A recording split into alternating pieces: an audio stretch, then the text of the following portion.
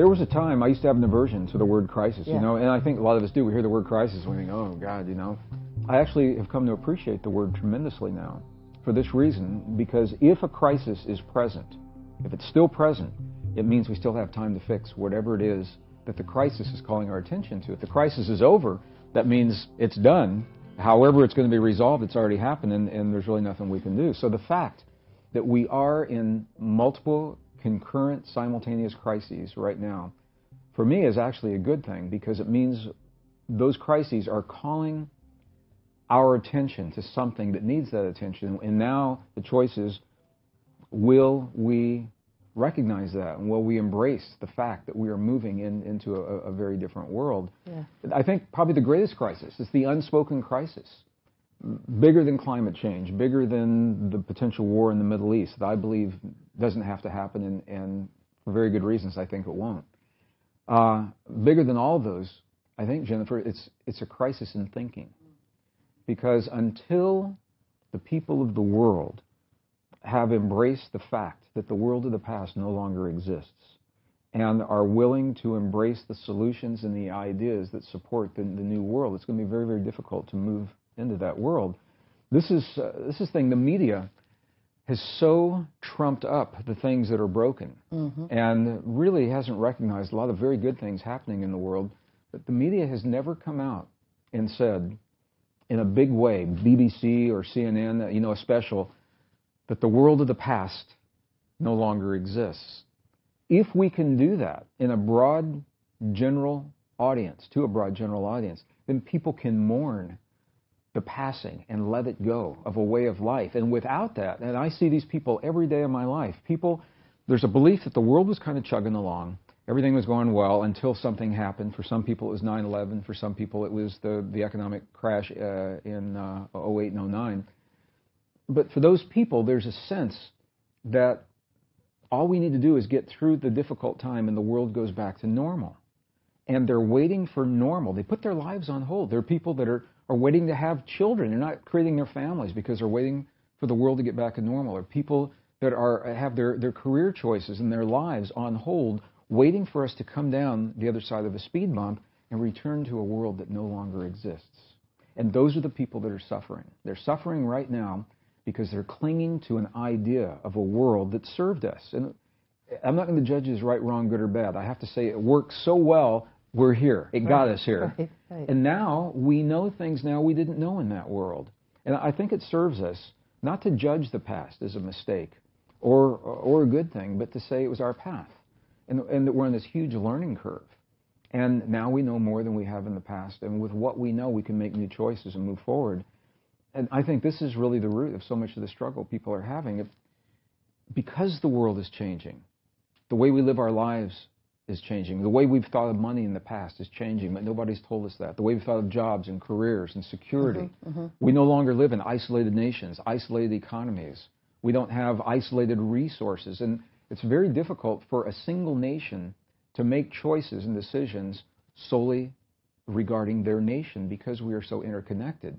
For many people, they haven't really embraced this fact. We pushed globalism. The modern world pushed globalism on the world bought it. And now that the world bought it, we're in this together. That's why the thinking regarding how we go about creating solutions and embracing the new ideas, until that thinking is in place, I sense that is a great crisis that we're living right now. You're talking about macro events, but you're also addressing the micro. And the micro with each individual on this call is about those folks embracing the crisis in their life and come with some new thinking. Is that the idea? This is part of it, yes. And a big part of it is that we can no longer separate the micro from the macro. Where do you draw the line between the choices you make in your life and my life and what's happening in the big world out there? I was in the Yucatan Peninsula for about 3 weeks right before the end of the year, and I've been there in the past. Spent a lot of time with the indigenous people in that part of the world, and they reflect in their beliefs some of the principles that we find almost universally throughout the indigenous peoples. One of those things, Jennifer, is fascinating to me, is that they never separated what we would call science from spirituality, from everyday life, from the cycles of time. Right. Now think about how different our world would be if we did not separate science and spirituality and art, for example, and our everyday lives. It means that when we see something, when we look at something of beauty, and we feel that feeling within us, that feeling is actually changing the chemistry in our bodies. That's a science. To us, in the modern world, we've made this distinction. We say, oh, that's just art. You know, it's just a picture. When really, our presence with this piece of art, or I'm looking at a plant behind you right now as I'm saying, it's the beauty of those flowers. It's creating a feeling in me. That's changing my body chemistry. 1,300 biochemical reactions happening in my brain and my body in response to an emotion that I'm having. And we've separated those things. They never separated the world from their lives. I think we're at a time where it's really difficult, we're challenged to draw a line between where our lives end and where the rest of the world begins. And the moment we draw that line, if we choose to draw one, we've fallen into the ancient trap that keeps us separated from the world and locks us into struggle, because we have failed to recognize that our problems are the world's problems and vice versa. And it's not about solving a few people's problems here. We're all in this together.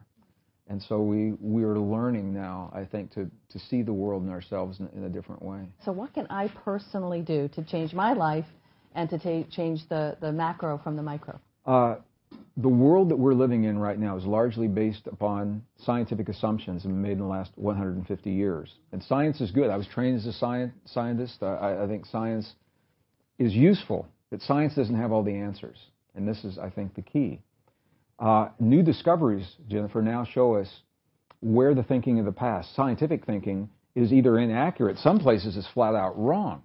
Those new discoveries, the reason they're important is because we all, to answer your question, every one of us individually will solve the problems in our personal lives by looking at our relationship to the world through a lens of beliefs. And that lens is largely defined by science, either consciously or subconsciously, in the modern world. So the beliefs, where does life come from? Where do we come from?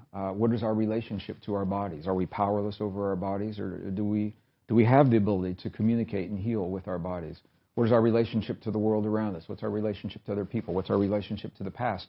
How do we solve our problems? These are big, big questions every individual consciously or often subconsciously ask themselves, every nation, every civilization.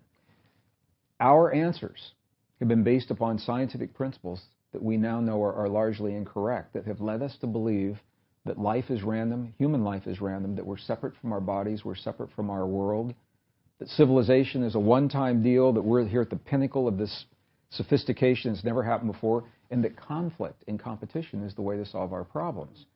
That lens, and I'm not saying we get up every morning and look in the mirror and we have that conversation with ourselves and talk about it over breakfast, but it's so deeply ingrained within us. And most of our listeners have probably been raised in a family or in a community where they've heard the term, we live in a dog-eat-dog world.